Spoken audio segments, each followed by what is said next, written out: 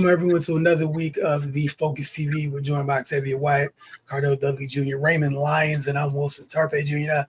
Again, season 7, episode 41 of the Focus is cut day around NFL. If you somehow weren't aware, which means we're yet another week closer to opening night. But Octavia, floor is yours. Yeah, cut day is crazy. If you don't know, in the last couple of years, they have scaled down cuts to one big day, as opposed to over the past few years before this, cuts were spread out amongst the entire training camp. Now they just do one big old chop, and that had to be done today at 4:30. So there are a lot of people that were cut. A lot of them you've probably never heard of, and that's okay because I'm sure you've probably never heard of them either. So I'm not going to go too deep into every single cut. I'll say some names that maybe you've heard of, just some ones that may have been surprising to certain people. And then we'll talk about a little other things that we should be looking forward to in the next coming weeks. So we'll start with the Washington Commanders. Before I even start on their cut list, let's talk about the fact that they're changing the name of FedEx Field. FedEx Field is going under a name change. It's been reported that the organization and Northwest Federal Credit Union have struck a new naming rights agreement for the stadium. The stadium will be known as Northwest Stadium, and an official rollout is planned for September 15th.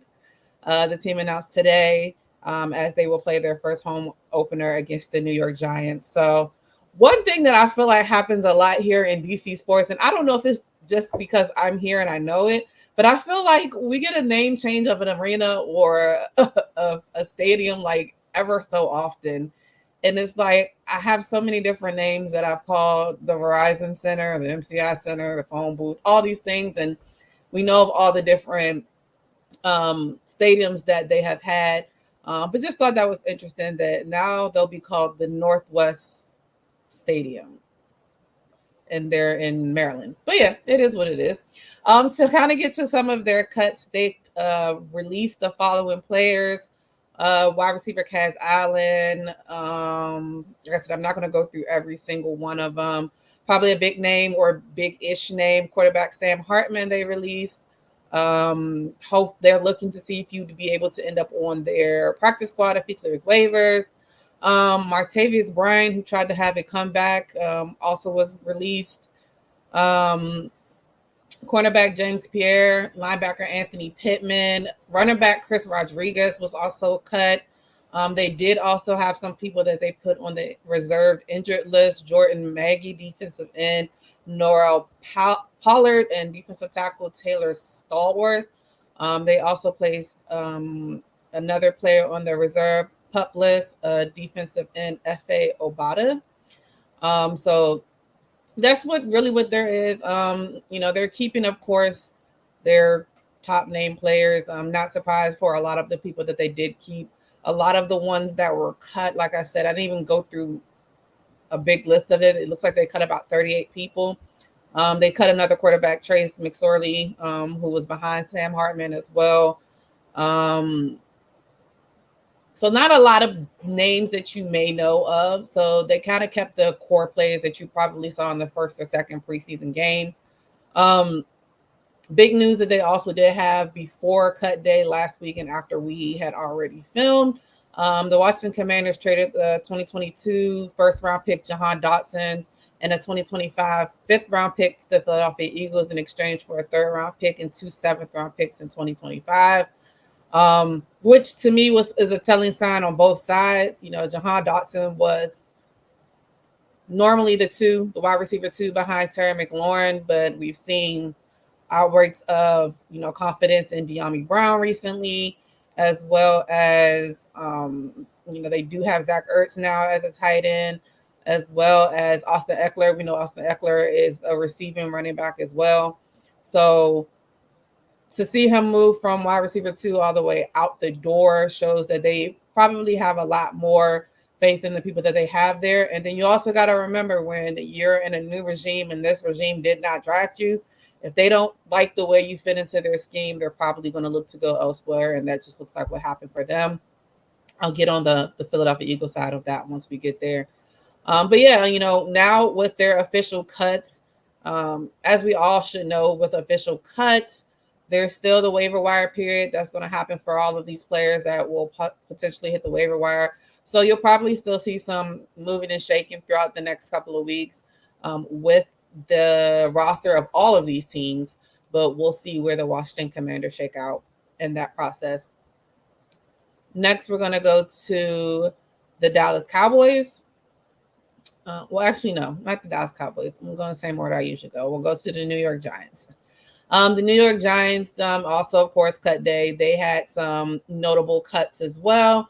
Probably the biggest notable cuts they had was tight end Lawrence Cager, wide receiver Allen Robinson II, wide receiver Isaiah McKenzie, wide receiver Isaiah Hodgins, tight end Tyree Jackson, who's been bounced around a little bit.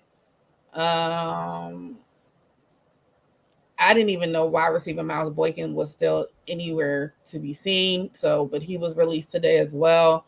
What it looks like they're really looking to go towards is a youth movement, which most teams are looking to do anyway, with letting go of, Darren Waller retiring in the offseason, letting go of veteran pass catchers like Isaiah Hodgins, Allen Robinson II, and Lawrence Cager.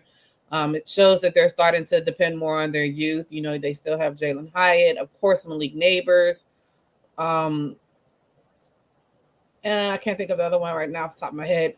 But they have a pretty decent core as far as their wide receivers and their pass catchers, just to see how it's going to pan out with their quarterback. Another surprising keep for them where they kept an extra quarterback the first time that they have under the Daboll regime. They've never kept more than 2 quarterbacks on the active roster. So they did keep Tommy DeVito, who stays as a third-string quarterback behind Daniel Jones and Drew Lock, which I think is probably a good idea, as much as we've seen Daniel Jones get hurt in the past. And I believe Drew Lock is hurt right now. It might not be a serious injury, but he was a little bit banged up, which is why Tommy DeVito probably played in the entire last game of the preseason. So interesting. And then with all of that, with the cuts and, the roster moves, the New York Giants decided to come out and say they've already announced their 5 captains of the year, which I thought was a little weird to do it on cut day, but here we are. Their captains announced are quarterback Daniel Jones, center Andrew Thomas, DL Dexter Lawrence, inside linebacker Bobby Okorac, and long snapper Casey Kreider. So they have their captains ready to go, which I think is not hilarious, but hey, I mean, get it out the way, I guess. But they have their captains down. But again, with the New York Giants, they have a lot to prove this year. Please don't let them waste Malik Neighbors. We saw another LSU wide receiver in the past be very frustrated in New York. Hopeful that it's not a repeat of that for them. If you're a Giants fan, if you're not, then you probably do hope for that. So we'll see what happens with them as well as time goes on and the season gets closer and closer, as we're about 2 weeks away. Now we're going to go ahead to the Dallas Cowboys. They waived or released wide receiver Deontay Burton, linebacker Willie Harvey, their wide receivers Cam Johnson, Tyrone Billy Johnson, who had a couple of good showings. Probably the big noticeable ones were in the running back room. Snoop Connor, Royce Freeman didn't stick there as well. So it looks like they're only keeping so far Ezekiel Elliott, Rico Dowdle, and Deuce Vaughn. But it was reported yesterday that they would possibly be speaking with Dalvin Cook to see if he would be a potential to join their running back room. As we know, Dalvin Cook has remained available all offseason, didn't generate a lot of attention due to a lot of issues with him seeing the field last year, ever since he left Minnesota and ended up in New Jersey with the Jets. And then I feel like he went somewhere else, but I can't think of it off the top of my head. So that's interesting for them. On their waived injured list, wide receiver David Durden, DL Villami Fihoko, and defensive end Darrell Johnson. Currently, CeeDee Lamb is on the reserve commissioner exempt list. Of course, he has to get up to, whatever you want to call it. I mean, he has to get in football shape. As we know, they did just recently re-sign him. I think it's 133 and a $30 million signing bonus, which is one of the highest, if not the highest, that they've ever given. So I'm sure they're excited that that saga is over. But with all of these roster moves, there are still two big ones that are going to come down the line eventually. And it's been reported that they're nowhere near close on deals with Dak Prescott or Micah Parsons. So those will just still be in waiting at this point. And last but not least, the Dallas Cowboys also did pull off a trade today. It was kind of quiet. I didn't even realize it happened until I really started looking into things. But the Dallas Cowboys have traded tight end Peyton Hendershot to the Kansas City Chiefs for a conditional 7th-round pick in the 2026 draft. It seemed like they were going to move on from him. He had a productive rookie year, fell off a cliff last year, and it looks like they have some potentials that they like a little bit better than him. So they were either going to cut him before Kansas City came in the mix, and they were able to trade him away for some type of pick or something back in that aspect. So we'll see what happens there.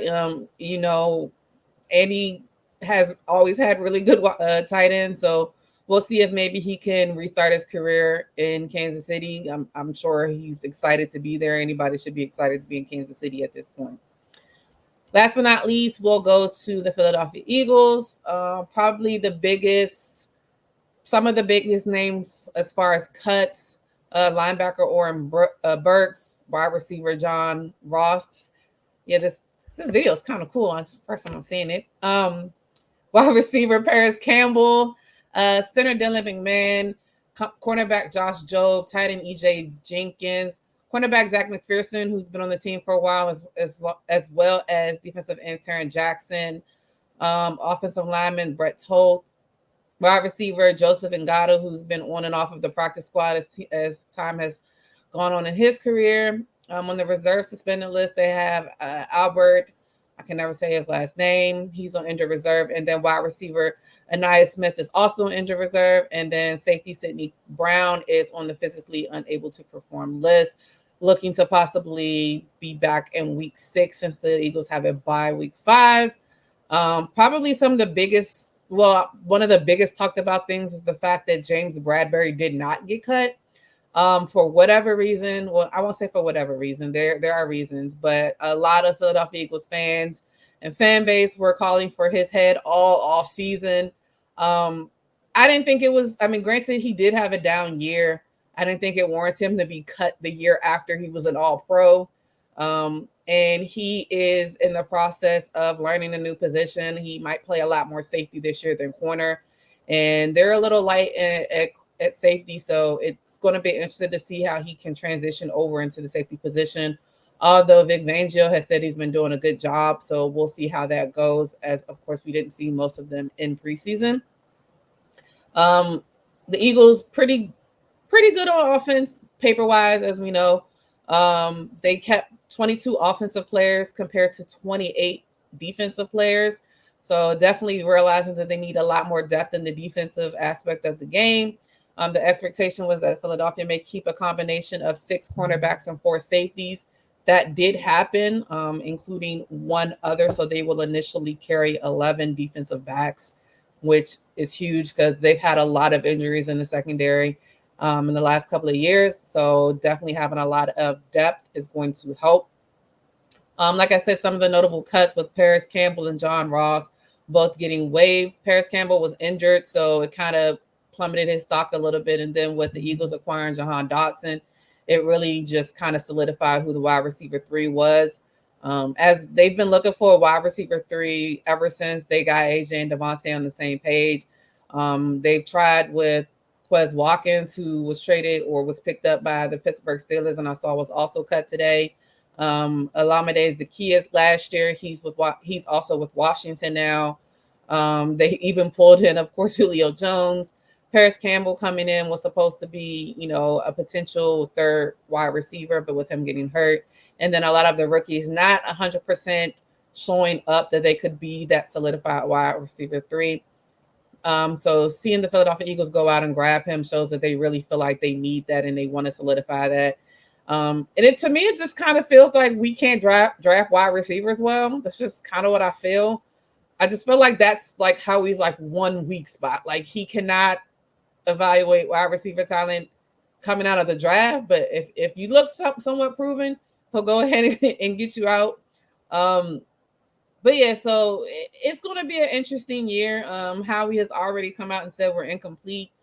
He sees us as a 70-man, bring back the guys for practice squad. So we know practice squad is a big thing as well. And last but not least, one thing that I think a lot of people will realize, but some people will probably look at it as a negative in some aspects, is that the Eagles are much younger than they've been in the last couple of years. Of course, with Jason Kelsey retiring and Fletcher Cox retiring as well. The average age of the Eagles players is 25.6, which is the youngest roster that they've had in a very long time. So a lot of youngins are going to have to step it up. We know on the defensive side, the Jalen Carters, the Jordan Davises, and the Kobe Deans, the Nolan Smith Jr.'s, all of them are going to have to step it up, sprinkle it in with a little bit of vet leadership. The Cooper DeJeans, the Quinyon Mitchells, all of them are have to go and step it up. So it's going to be an interesting season. Now we're in a waiting period. It's like we're on a bye before the season starts, which I hate. Of course, there'll be nothing going on this week, and then we'll have the season kickoff next Thursday with Kansas City and the Ravens, and followed by that on Friday night, Philadelphia Eagles and the Green Bay Packers. And Yeah, closer and closer. All right, Ray. The Washington Mystics might be a different vibes for this week's segment, but floor is yours. Yeah, some positivity for a change. The Mystics coming off back-to-back wins. They won against the Sparks on Friday night. Also that night they added Elena Beard to the Mystics Hall of Fame. That was a great ceremony for her, and it was beautiful to see her get recognized, for all the work she put in here. Then last night they had a huge win against the Seattle Storm on the road. The Storm is one of those teams that are out in the championship, and man, the Mystics pulled out a tough one. Brittany Sykes hit a couple clutch free throws in the final moments of the game to seal the win, and yeah, it was they just dug in and got a gritty one, man. The turnover issues were still present, but they battled through it. They won on the boards. They out rebounded the Storm by 9, which was critical in them getting that victory. We've seen how their them getting dominated on the glass has cost them, especially allowing teams to get offensive rebounds and second chance opportunities. So so it was good to see them dig in and fight and able to win that battle. Brittany Sykes, man, she's coming off two great games. She had 28 on Friday and 20 last night. Looks like she's rounding back into herself. She made a return. They had a 3-game losing streak coming off the break, and just looked like she didn't have the normal burst she had, but looks like it's coming back. So that it'll be interesting to see how they finish the season and that she continues to regain her form. And Shakira Austin as well. She's got to get her sea legs back up under her. She's got to get her win back. She's progressively getting better and better each game. So yeah, we might get a glimpse of what this team was supposed to be as they continue to get healthier. But it's been a tough year, man. But they're still fighting, which is good to see. They are able to finish the season off with some positive momentum. They're back in action tomorrow night at Chicago, so it's another chance to pick up a win. They're not out of it. They're 3.5 games out of 8th. So, and Chicago is in the 8th spot right now, so they can do themselves some favors if they string together a couple wins here. We have been saying it since that 0-13 streak to start the season. They still got a chance, and here we are with about 3 weeks left, and they still have a chance. So it's going to be interesting to see what kind of fortitude they have and they show. We know this is a gritty team, especially with players like Brittany Sykes, Ariel Atkins, who's been for a while, won a championship with the franchise, and Shakira, and also Shatori Walker-Kimbrough, who's in my humble opinion, she's quietly putting together a 6 Woman of the Year campaign. The team's success probably is gonna keep her out of those type of discussions, but she's been really good for the Mystics off the bench. But yeah, man, it's just good to see them whole in some form. Because with the injuries they've had this year, it's just been tough for them to kind of maximize their potential. But this is also why we said early in the year, a lot of those games that they dropped that were winnable, it comes back to bite you, man. Like the WNBA season is very compressed. You don't have time to lollygag and drop the ball. So yeah, they're in a tough spot. But who knows, man? We'll see what they look like come September 19th. All right, Cardell, moving on to take it or leave it. Where are we starting at this week? Yeah, we're gonna start on the NFL side of things. CeeDee Lamb, I think I'll tell you touched on it a little bit, but I just want to get your thoughts on it. CeeDee Lamb and the Dallas Cowboys have agreed to a new contract. Jerry Jones and Dallas signed a wide receiver to a 4-year extension worth $136 million, according to Ian Rappaport of the NFL Network. Lamb got a record $38 million signing bonus and has $100 million guaranteed, and is now the second highest paid player in NFL history who is not a quarterback. Lamb was going to the final year of his rookie deal, which he signed after being drafted the 17th pick in the 2020 NFL Draft, and was looking for exactly what he ended up getting, a massive contract extension. Obviously, our resident NFC East analyst, Octavia, what are your thoughts on it? And is it trouble for your Eagles? I'm not worried about him in that aspect, okay? That's cute now, but no, seriously. My biggest reaction is what took so damn long. Like it's just this point, it's annoying because it's like we all knew we were going to get here. What was the problem? Like that's what I really want to know now. Like I want to know like the backstory and the behind the scenes, because it's not like he doesn't deserve it. I think they said he accounts for like 35% of their offense. Like obviously he deserves it. If he's not there, it's going to be a big hole to fill, knowing that again they lost an explosive player in Tony Pollard. They didn't really replace him with much. There's not really that much else outside of him. They just traded Pendershot. Not saying that he was really, really big, but he was like somebody that was embedded into the offense at one point in time. So they're moving around with a lot of different pieces. And the one piece that should be there is CeeDee Lamb. So I just don't understand why it took so long. He got the money that he's been saying he wanted the entire time. But now here you are a week and a half before the season starts, and he's never touched the field in preseason or in training camp. And yeah, they always talk about that you can work out all you want in the off season, but you're not in football shape unless you're actually playing football. And it's not until you're actually out there on the field that you're actually really going to be getting in those reps. And I heard a lot about this in the offseason when it came to talking about CeeDee Lamb as well, with trying to get back in, that these are the type of situations that sometimes can turn into soft tissue injuries because you're trying to come back too fast. So hopefully, it's been reported that they're going to ease him into it, but I don't know how much easing they can come into when their first game is against the Cleveland Browns and Myles Garrett. And we all know what Myles Garrett is. And your running backs are Ezekiel Elliott. I think you guys saw the last time he tried to block in a Cowboys uniform. That didn't go over too well. So not to say that he can't, but he's not the same Ezekiel Elliott as he was when he first came out. They need to get CeeDee up and running fast. So I'm interested to see how that works out. But I just don't understand what took so long. So I don't know if I'm taking it or leaving it. I'm leaving that it took so long, but taking it that he got his money, he deserves it. But as far as we not really worried. It just is what it is. Like he gonna get his, it's cool, but ain't nobody else gonna do nothing. So I'm gonna let Ray, who got next, talk about that. Go ahead, Ray. Oh man, I'm gonna take it. I'm with Octavia. I think it's cute that they acted like they had a choice for all this time. Like you could have done this a long time ago, and we're not even here right now. But yeah, y'all know my feelings about Jerry Jones, man. Like, it's time to go, buddy.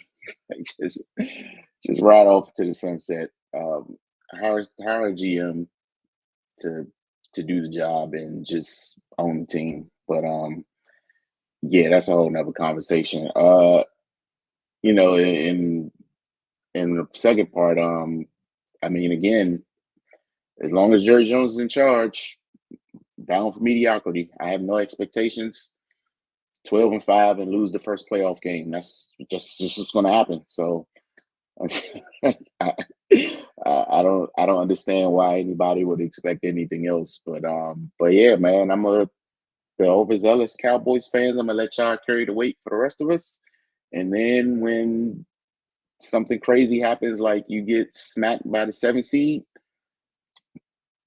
have at it. But yeah, I'm amazed that this played out the way it did. That's professional malpractice. Like, it's crazy. Wilson, follow that up if you will, man. Lucky me. Yeah, it shouldn't have taken this long, but Dallas is gonna do Dallas things.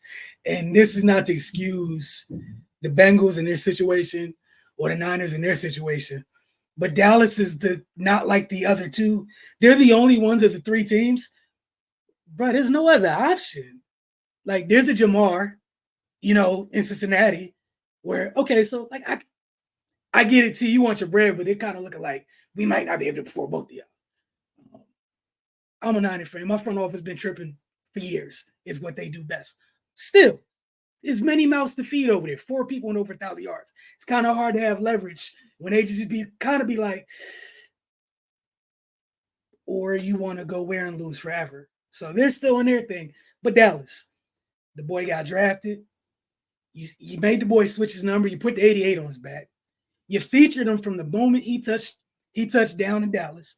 You sacrificed Amari Cooper on one of the greatest. We're not paying you close to what you're worth deals ever. And then you shouldn't even be here. Upon sacrificing Amari Cooper, this was CD's money from the day he got drafted. And Amari got jettisoned. That was his money. Like, I get it, like with Dak and Micah, like I get with this, you like literally neutered pieces of your offense when you drafted this kid. How the hell do you get to this point? He shouldn't have been the one that took so long. That's all I'm saying. The Dak thing, I kind of get. Getting older, yada yada. Quarterback money's funny. It's crazy. The pass rusher stuff, that's on y'all too. But this one, because his agents got to go to the table and have crazy leverage because y'all featured him. Y'all were like, you're the new 88. Right? Because y'all's involvement in this, and all he did was handle his business. You gave somebody X amount of targets, like, hey, I'm gonna do what I got to do with him. What you think y'all was gonna do? Like, whatever Jettis money was, he was gonna be. I at least want to be the closest one to him, and you were gonna be like, okay. So why don't we just say okay like 3 months ago or last year? Yeah, y'all know what I'm about. Results. It's a results-based business. He gave you very few wide receivers. He gave you results. Very few wide receivers across the league can match. Has match. Pay him. It's the problem. It's like, this is unnecessary ego, ick measuring stuff, man, that pisses people off, and it hurts you when other teams are looking at y'all and other players are looking at y'all and they like, nah, I'd rather go over here. And that's why, what Ray said, that's why it usually goes down the way it goes down. Yeah, we're not even going to address the owner. It is what it is. You just gonna have to wait till God call him, right? It's looking like the way he get up out of there. He ain't going. You're gonna be 105 still running that thing, baby. It is what it is, man. But yeah, we're gonna move over to the NBA side of things. Los Angeles Lakers legend Magic Johnson wasn't going to let Anthony Edwards' comments on the 90s O2 era of basketball fly. After the Minnesota Timberwolves star blasted the older NBA generation for players' lack of skill, Johnson fired back with established response to put Edwards in his place. Johnson recently spoke to ESPN's Stephen A. Smith about Edwards' bold claim, telling Smith that Edwards hardly had the resume to justify his take. Did you want to play it, Wilson, or did you want to read it? Give me a second. I'm gonna go ahead and try to play it then real quick because I gotta back out to see if we can get the audio going. One second. All right. Try to bring it back. Yeah, I can't wait to hear what y'all gotta say about this.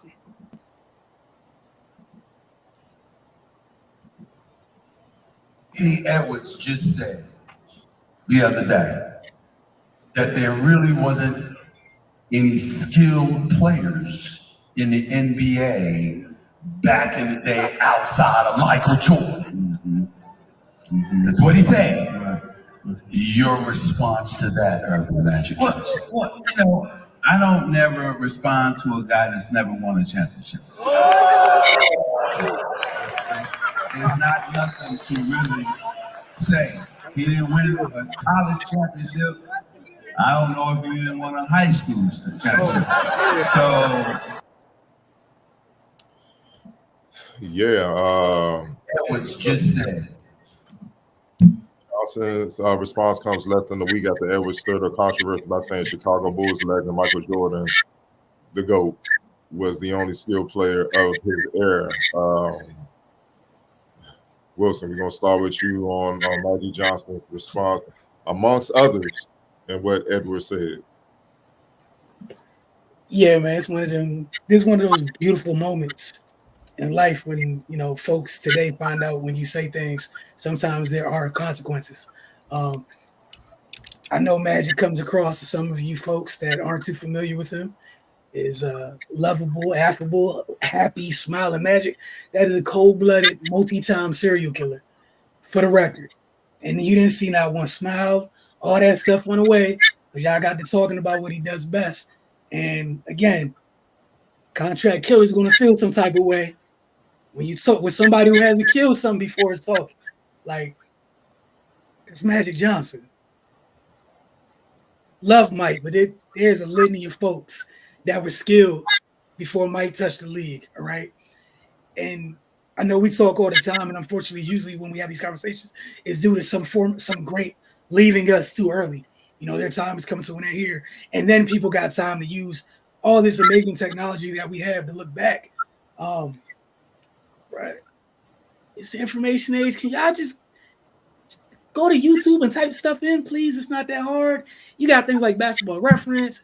I used to get paper cuts, flipping the paper open and waiting for magazines to come to the house. Like, anytime somebody says something crazy, you can literally fact check them in front of the person. You have the technology to do so. What's wrong with y'all, man? Like, it's literally nuts. And then even for Ant, like, I wish I'm sure you learned a lot during the trip with Team USA. I wish one of the things that you did learn was just the guys that you're looking up to, they looked up to someone too, and so forth and so on. There's nothing truly like super crazy new under the sun or whatever, right? There's lineage somewhere. Bro, just take advantage of it. Talk to them, ask them. I guarantee you probably didn't say this in front of some of the old heads you around. I don't know. I think somebody might have said something, but that is wild, sir. That is really wild to say. You can't just you can't just start with Mike and that's it. Like, Mike got there and there were people that kept Mike from winning. So you got to start with those people. Come on, man. It's Magic Johnson, dog. Octavia. So at number one, of course, I'm gonna take it because I love the petty. I'm always here for the petty. And first of all, Stephen A was hyping it up too much, but that's normal.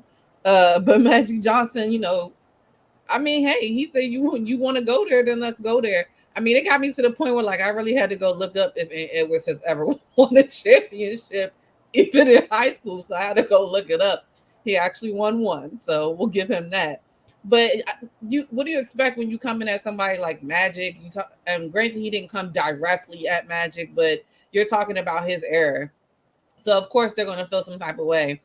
I'm all for it. Play stupid games, win stupid prizes, and that's where he at right now. Because as you guys have already said, there's plenty of footage and plenty of ways to research all of these things. But as we talked about when this quote first came out, he should have just stopped after he said, I didn't really watch it, and just stopped. To keep going is just crazy. But yeah, I'm here for it. I love the petty, and I hope it keeps going. Oh, right. Yeah, I'm gonna take it, man. It was the whole thing was just disappointing. Like guys just don't do their homework or honor the history of the game, and it's led to basically the game not being in a very good spot right now. Like, dude, you had a nice little run in the playoffs last year, but you flamed out. Um, I don't understand what the need to speak on previous eras and people that accomplished way more than you. Maybe you should take the time to learn from them. And like Octavia said, man, you started the quote by disqualifying everything you said after that. I didn't watch, but there should be no but. You have no basis to comment. So it's just reflective of society. Everybody is an expert on everything without caring to do proper research or anything. But yeah, that's the type of stuff where, you know, and Ant is a guy that a lot of people seem to like. You know, I like the way he approaches the game. You know, but that's the type of stuff where somebody you might need one day is going to be reluctant to help you because of something stupid that you said. Now you got to walk that back and pick up the pieces. But yeah, man, this whole discrediting of the previous eras, it just got to stop, man. Because y'all can't match up. The only response you have is to tear it down. Like, that's weak to me. But yeah, man, we'll see how his career goes and see if he can match some of these quote unquote unskilled people that he talked about. Because as Wilson pointed out, Michael Jordan didn't win for many years while he was terrorizing the league. So if he was the only skilled person, then I think he would have won with the numbers he was putting up. I mean, but yeah, we can go a whole nother show about this. But yeah, man, I'm glad that he's getting the response that he's getting. Maybe next time he'll think before he speaks.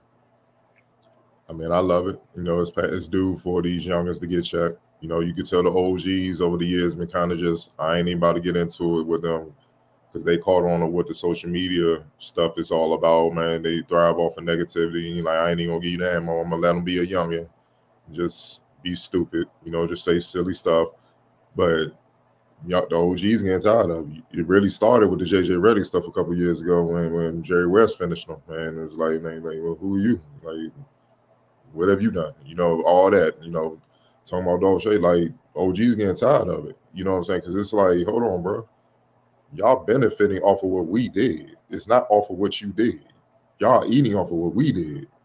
Show some respect. And we not coming at y'all and stuff like that. We actually trying to show y'all love. And actually, Magic came hard with that bit, but to me, what Kevin Garnett and Paul Pierce said, that was ether. Because they took off the, you know, the PC stuff that they normally be on, like, yeah, man, this area, I love it, man. No, they went for real. And I could see through it. They not trying to cause it when they always analyze the game. I'm like, no, tell it like it is, because these youngest need it. And this is coming from a guy that coach youngest, you know what I'm saying? Playing at a very high level in college and stuff. You know what I mean? Like, they need that dose of reality because they really walk around gassed up. You know what I'm saying? Like, the social media stuff really be having them feeling themselves. And it's like, nah, you got more work to do. Where we come from an era, it's like, yeah, you did that. Now, but it's a new year. That don't count no more. What you gonna do? Did you get better this summer? It's like always work to be done until you're not playing anymore. And then you can sit back and evaluate all that other stuff. But until then, you still got work to do. And that's the era we came from. So it's hard to get praise back in the day. Now, man, you can put up a highlight of you in warm-ups, man. You that dude to go. Oh man, he's him. Like, my nigga, it's a warm-up. What are you talking about? And that's the problem. So I love that the OGs are giving it to them because they need that reality check. Let's be for real. The last 10 plus years, y'all looking better than what y'all really are because of the rules. The freedom of movement was bull. They did that because y'all weren't as skilled to handle the physicality and be able to put the same numbers and quality of basketball up on the floor. And that's what Kevin Garnett talked to. The same physicality that y'all struggle with in the Olympics and in the playoffs and stuff like that, that was normal in the 80s with those unskilled players. Yet they were scoring just as much. The defense was better.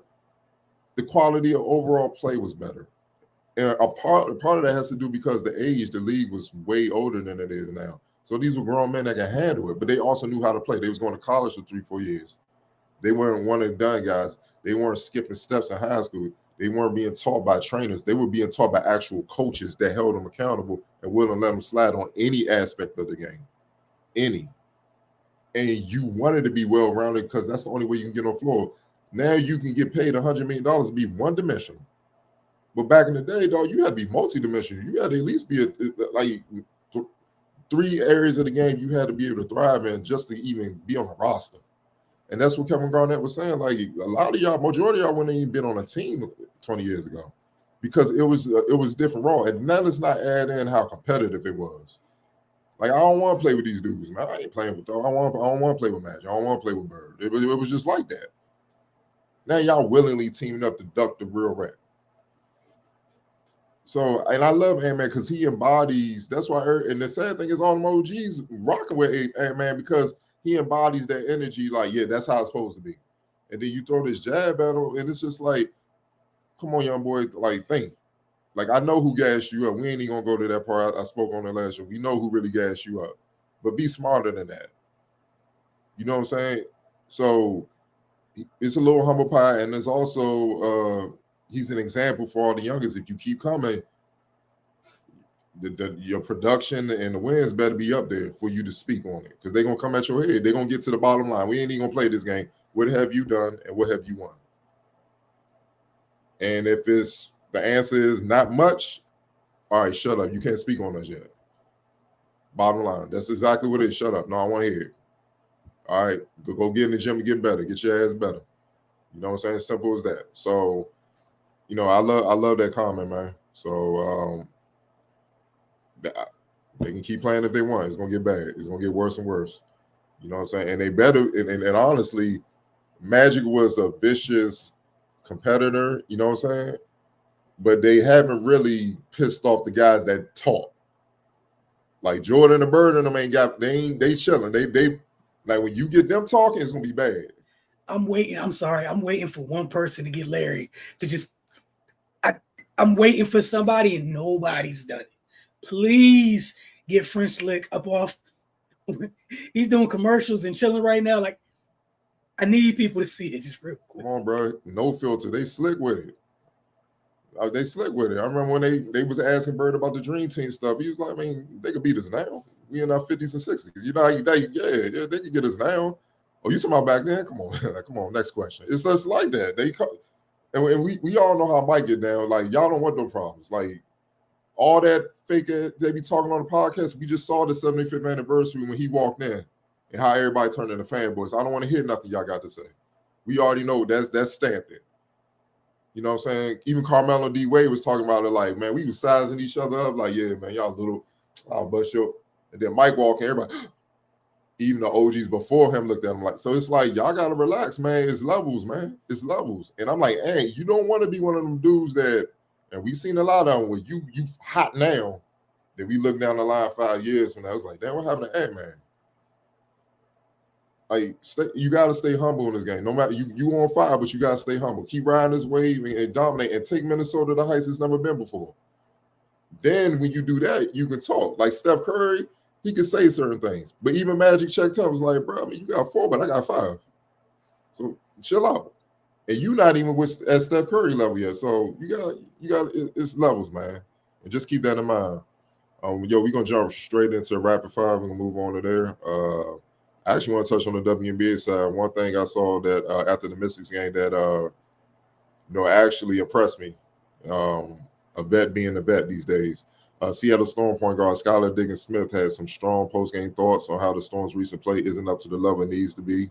to get where they want to go after their loss to Washington. Yeah, Wilson, I'm gonna let you go ahead and play that. What, I guess, wasn't working offensively? Was it something they were doing defensively? Like in this league,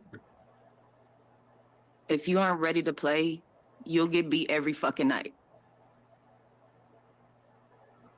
They were ready to play and we weren't on both sides of the basketball. Like they deserve to win a game if we're gonna play like that. We need to be hitting our stride right now. We're not there. It's unacceptable how we're playing on both sides of the basketball. And I fucked it up at the end. That's a terrible foul. As a vet, you can't make that play, but it shouldn't fucking come down to that. We all got to step our game up. In this league, it only gets harder after the break. And that's fine. That's fine. But if we don't come ready to play from the start, we're going to fucking lose. I know you may not have the answers right away. You guys did have some time off and time to practice and stuff. Do you anything as far as what could In this being league, ready? if you don't come ready to play, you will fucking lose. Why weren't you ready to play? It just is what it is. For whatever reason we weren't, that's what happened. That's all I got to say. Seattle is currently tied with the Las Vegas Aces record-wise at 18-11 and dropped from 4th to 5th to the 5th seed, with the Aces having a chance to go up a half game if they defeat the Wings tonight. Look, man, thoughts on Skylar's thoughts? You know, personally, I loved it, but I'm going to say my thoughts. Ray, we're going to start with you on that. Yeah, I love it, man. That's what a vet's supposed to sound like you said, man. And I think what she said was the most important. Like right now, yeah, they should be hitting their stride and playing their best basketball heading into the playoffs, because they're one of them teams that's, you know, supposed to be there at the end. And you can't have these type of missteps, you know, going down the stretch of the season. And you know, and yes, that's the type of stuff you need. Like, say it out loud publicly in front of people, and not, you know, not in a harmful way, but it just is what it is, man. Like, she's right. You can't take nights off, or you're gonna take the L. And you know, I'm very interested to see what their next practice looks like, because they got some other vets in that locker room, NECA, Drew Lloyd, you know, so yeah, man, I think that's a watershed moment for them, where, like, you know, hey, it's time to kick into that extra gear that they need to get to accomplish their mission. So yeah, that, like, people need to take notes. No excuses at all. We didn't get it done. They deserve to win because they played better. That's just how competitors are supposed to sound, man. You know, not blaming it on the refs or nothing like that. And she said, yeah, I made the foul, but it shouldn't come down to that. And it shouldn't. The Storm is a better team than the Mystics, but they weren't last night. And that's just what it boils down to. And yeah, a loss like that for a team in their position at this point in the season is unacceptable. You know, and I'm glad she took it that way. She's supposed to. So yeah, man, that's one of those type of videos you play in the locker room before game and get fired up, and then you can hear the passion in the voice, you know. So yeah, man, that's what it is. I loved it, man, and I think every athlete should have that attitude in a situation like that. Wilson. Yeah, not shocked. Agree with her wholeheartedly. Love the fact that she's using that wonderful and sometimes terrible A word, accountability. Today, people hate that word, not only for her team, but for herself. Like she said, you know, I fouled her. Yes, you did. But again, as Ray said, for the Storm to be who they feel like they should be, you can't do what you did last night. This is the time where you should be trying to make a push. While the Aces are going through whatever they're going through, you should be trying to make a push. And instead of gaining ground, as Cardell, as you mentioned, depending on what happens tonight, you might have lost a golden opportunity. And, you know, we've all covered the W long enough. Bro, home court and stuff matters. in the playoffs, okay? Like, it matters. I'm going to tell you right now, I'd much rather have Vegas come visit me than go to Vegas for anything in the world. Like, that might be the magic elixir that gets Vegas to snap out of whatever the hell they're going through, is being at home. Or would you like them to stumble through what they're going through and catch them in your house? And then against Seattle, like, there's a bunch of vets over there. Ray named some of them. Like, y'all came together to make a run. Like, this wasn't some, oh, let's see what we could do this year. This was, we plan to contend. It's a damaging L. I know, Cardell, you and I talked a little bit last night. Mrs. Outlook, you talked about the ramifications of losses this time of the year. Because we're talking about the Mystics, how they're still not out of it to this point. But in regards to the Storm, that could have put you in fourth. You slid to fifth. Who knows how the rest of the week plays out? And it might come back to that game. We don't know how stuff might look like in the W standings come Monday. And it might have all started with that. Yeah. Where we were just praising them for going out to get Gabby Williams. You didn't go out and win the Gabby Williams sweepstakes. That was supposed to be the thing to help you get even, closer to your goal. I loved every part of it. Shout out to Scott. Octavian. Yeah, so that was my first time hearing it because I watched the game last night kind of off and on because, of course, they're on the West Coast and I was tad. So that was my first time hearing it, and it literally gave me chills for real because, like, you could hear the passion in it. The passion, the anger, the frustration, all of it in her voice and saying, like, what needs to be said. And I also think the key thing also in it was that she included herself. A lot of times when some people go off on these what you want to call tangents or rampage or whatever you want to say, they tend to not look in the mirror and include themselves in the issue as well. So I thought it was very, very telling that she came out and she included herself in that as well. So her teammates know, like, I'm not just talking about y'all, I'm talking about me too. I'm talking about all of us as a whole, because that's what they're going to need in order to keep moving. And like you said, we just talked about them getting Gabby Williams and really hitting their stride. And then just looking up, I think they said they're 5-5 in their last 10 games. And their next couple of games coming up aren't going to be easy. They got to play against Atlanta. They got to play against New York. They got to play against Connecticut. So to lose a game in their minds, I'm sure is a game that they felt like that they should win record-wise, team-wise, and everything. To lose one and then put yourself in a situation where now you got to play 3 tough games back-to-back, you're putting yourself in a disadvantage.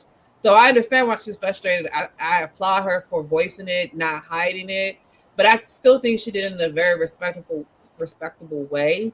I don't feel like she pointed fingers at anybody specifically and said, this person didn't do this person didn't do that, this person didn't do this. I know I messed up at the end. As a whole, we have to make sure we're good. And I think that was very respectable of her. Skylar's been around forever, so it doesn't surprise me that she has that mindset. I feel like she's always the one that kind of tells it as it is, whether it's publicly or even behind closed doors. So it doesn't surprise me, but she's right. We talked about it last week when they got Gabby Williams. Like, they have the potential to rival some of the people that are closer at the top of the standings. So if they want to do that, they should be hitting their stride right now. We know we just had the Olympic break, but we know that the WNBA season is not that long. So they don't have that much time to really start positioning themselves. And then, like you said, Wilson, your record is going to play a lot into where you're going to end up playing, because this isn't the NBA where it's just, top 5 from this league, top 5 from this conference and that conference. It's in the whole thing. So you might end up going cross country, and that's not always the best thing to do. So I appreciate her saying it. You can feel the passion and everything in her voice, but hopefully her team reacts and they get back in the win column, because they'll play against Atlanta, which of course is a winnable game for them, but then they got to get ready for New York and Connecticut, who's at the top. Yeah, I love it. Perspective thing, they've lost 3 of their last 4 games, so it warrants her to be pissed. People also didn't mention, you got to understand, she's 34. You don't know how many more years she got to have a chance to win a championship.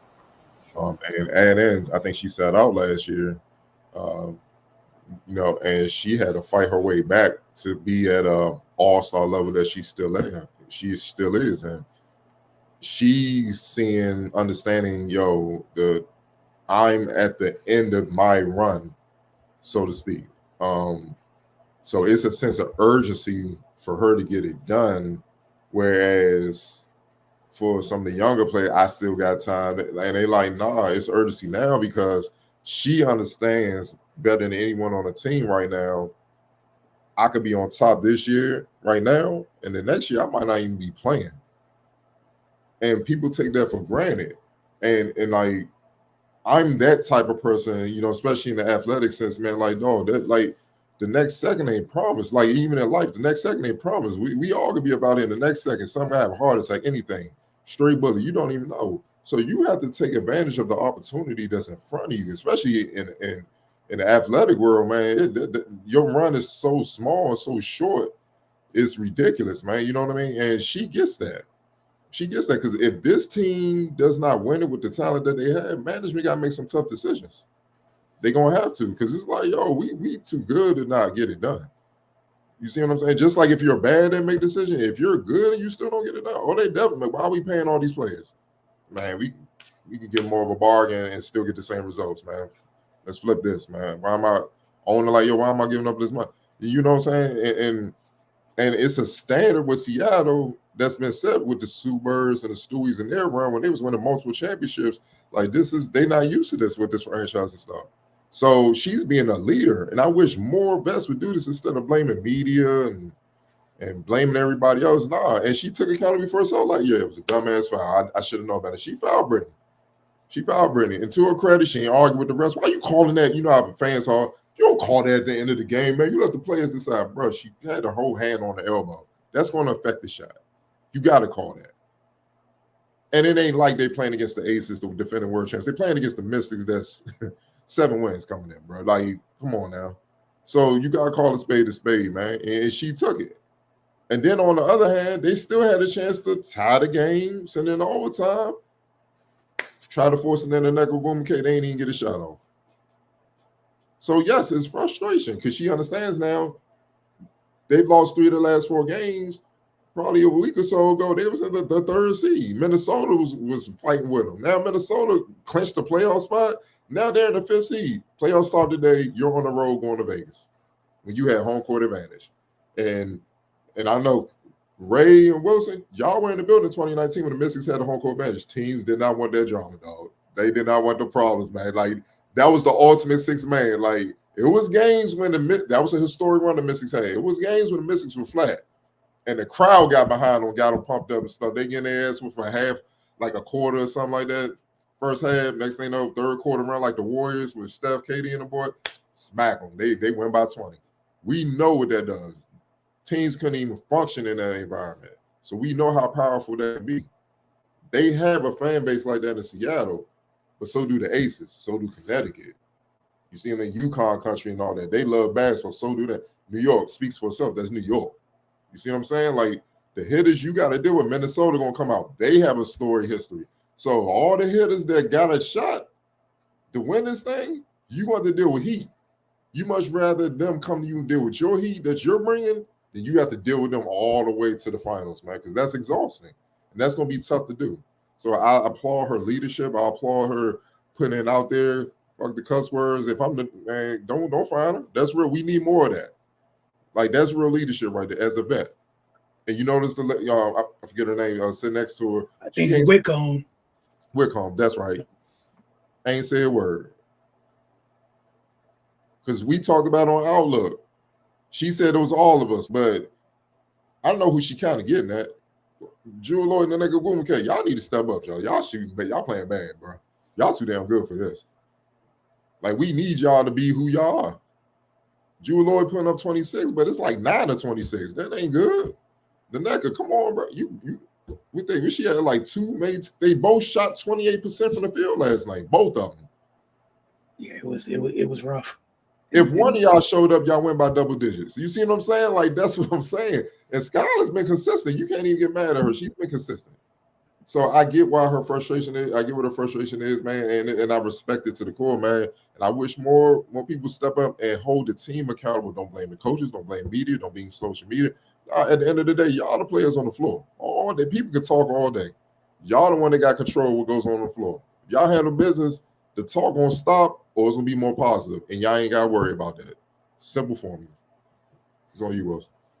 Yeah, perfect way to end it. Just it's a nice old school reminder of what kind of sometimes is lost today, and why folks from the past look at today kind of crazy.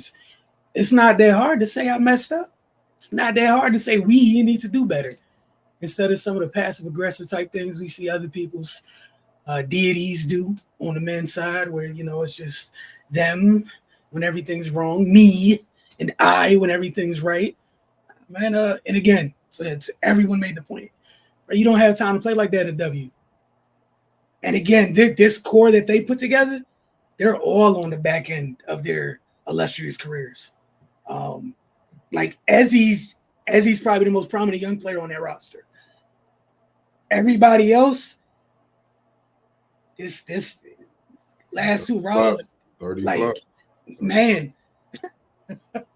So like you said, if Ezzy's doing what she has to do in her role, and I'll be sacrificing as you should for what those main three bring to the table. Like you said, Cardell, just hey man, if at worst 2 of y'all should be y'all every night. That's why there's 3 of you. Thank you, bro. At worst, right? 2 of y'all should be who you are every night, at the very least. And look at it this way. Look at what the Liberty doing, holding on to the top seed in the playoffs, and betting the lane ain't been out for a minute. They hooping. They not playing games. Look at Asia called out the team like, y'all, this I don't know what this is. This ain't no damn Aces basketball for halftime. Like, we gotta get, like, she called, like, we gotta get our shit together. We gotta play better. The refs, but what the, like, she been on that. Look, she ain't looking cute no more. She's showing up in flip-flops and white tees and shit. Like, man, it's like, it's gutter time, dog. They feel the playoffs, dog. It's that time of the year. It's just, it is what it is. Like, I ain't trying to be your friend now. It's business time. Because this run moving forward at the end of the season, going and what you do in the playoffs, going to dictate jobs, how much you getting paid moving forward, your spot moving forward, bro. And the W don't play is vicious. I'm seeing girls on that got cut. They in WNBA. I'm still here working out and all that. They hungry to get back in. And they see you slipping. I'm gonna go there next year. I'm gonna get her job. It's real. So how can you take that for granted and not show up and do your job? Including the next crop that's gonna come in the draft and stuff like that. It's a young player's game. So if you a vet, you ain't get it done, and we paying you all that, man, you can go and let me get that money back. Get the same player that's going to give me the same production for far cheaper. That's just smart. You know what I'm saying? And it is what it is. But you see them, they not playing. And Lord knows what Fees and them doing up in Minnesota. God damn, dog. Fees ain't playing, bro.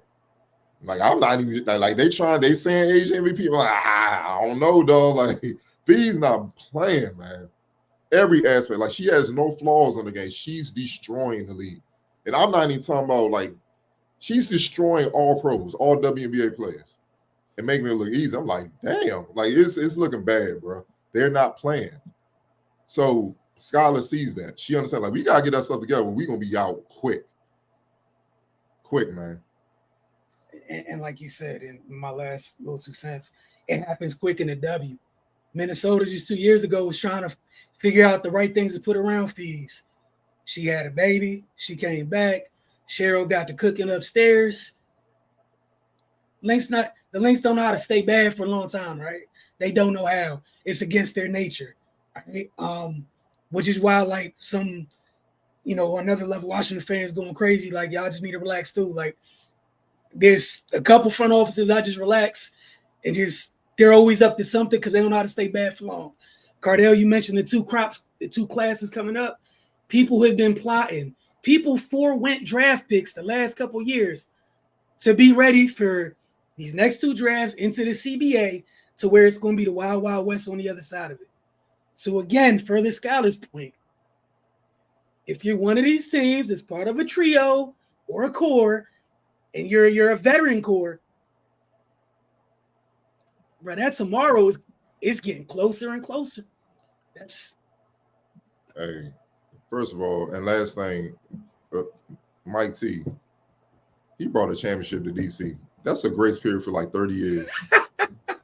People got to shut the fuck up. Like, come on, man. He got a hell of a grace period. And you can't say nothing wrong. And we got to witness that. We ain't seen one since goddamn fucking 70s, man. They need to relax. Oh, you, Wilson. You know how they are. They won't out here acting crazy. Meanwhile, all I do is see them all college basketball season. See them all the time in College Park. You would think the Lynx front office lives here. Again, they be up to stuff, man. They be up to stuff. But again, appreciate y'all for tuning in.